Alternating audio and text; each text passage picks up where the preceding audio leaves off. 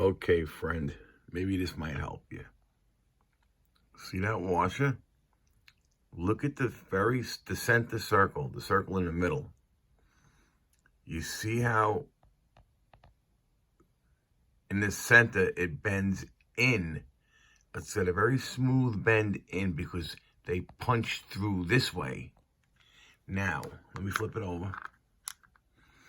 If you flip it on this side, it's just perfectly flat. I mean, perfectly flat. There might even be a light burr on that side. Okay?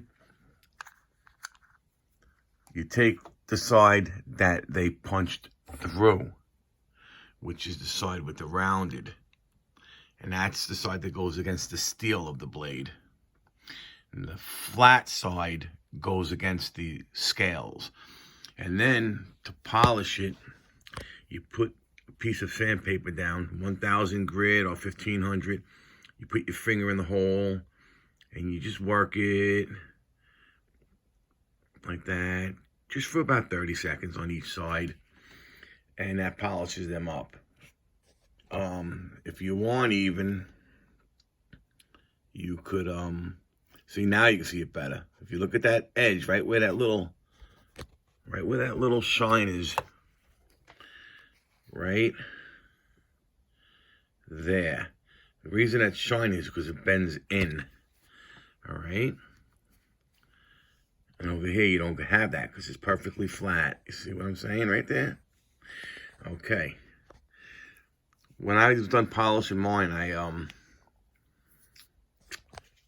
I hit it with a Dremel too and buffed it up. But I'm funny like that, so you know, I keep a lot of little extra parts around. I got these. I have all the screws for the scale, an extra pivot, and I also have this. I have two of these. This is 22 gauge necklace memory wire you could order from any hobby shop. This is the same thickness, but a little stiffer than the stock Omega springs. You take it and you work it with a needle nose and you make a beautiful Omega spring. I make my own Omega springs because I don't like to send my knife in for Omega spring because it takes 30 days to get your knife back. The time you send it there, the time they work on it, the time they send it back. So I make my own springs. I keep extra screws. I work on my own knife. So that's that. And they really work great, these springs. When you go to shut the knife, the detent is crazy. It's like, it just sucks the knife right back in. And when you open it, it just snaps it out. It's a major difference. Anyway, I hope that helps. I hope that helps people.